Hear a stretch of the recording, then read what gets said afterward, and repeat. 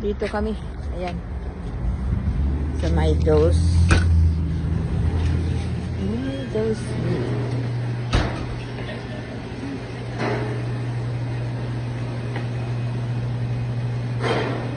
Text. Yan pala. Yan, pambulalo. Hindi ba pambulalo yan? Yan. Yan, tingin pa ito. Ay, marami pala dito. O, ayan. Pambulalo. Buto-buto. Ayan pala yun. Ayan, mga ano. Ano ba yung gusto mong meat? Ah, yung gusto mong hiwa? Ubus na. Ubus na. Ang paninda. O, meron din pala mga ganyan tinda. O. Ano kaya reno dito? Ah, eto.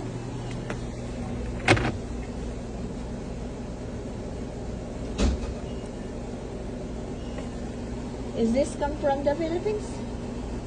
No? They are pas hindi ka sure? It says Apple products. Parang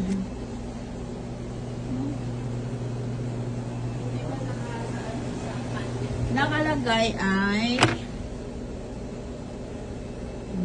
Richmond Apple Products Toronto ang nagpack. Yeah. Ito yung ano, first time namin pumunta rito.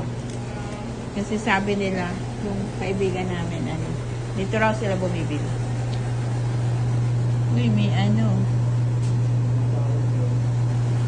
package na. Ayan. Atay, may atay sila, may ganun. Kumain ka. Yan, kumuha ka yan. Alin ba gagawin mo nga? Ito?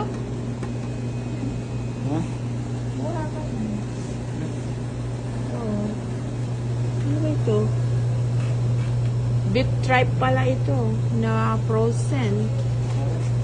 Yan, kumuha ka yan. Ano naman ito? Beef. Beef. Yan pala. Wala sila nung ano, yung sa oxtail. Ayan. Wala sila nung ano, lempo. Ito, may balat. Ayan, $12.94. Pork belly. Yung anong tawag doon? Pork chop.